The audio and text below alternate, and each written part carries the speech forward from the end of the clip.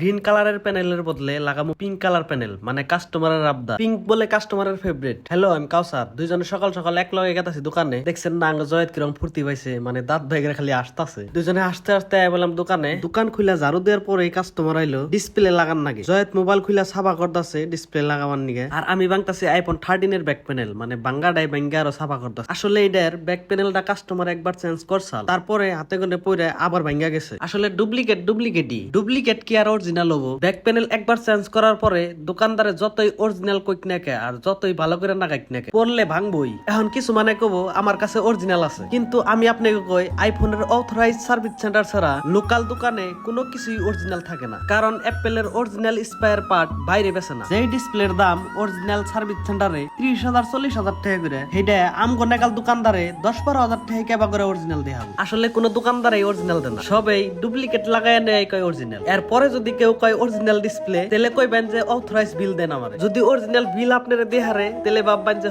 ঠিকই আছে, আপনার ডিসপ্লে অরিজিনাল লাগাইছে। এখন আমার 13 এর ব্যাক প্যানেলটা লাগান শেষ, যার জন্য আমি কাস্টমারে দিয়ে দিলাম। আর আজকের ভিডিও এই তুরি কে বইলো জানাইন।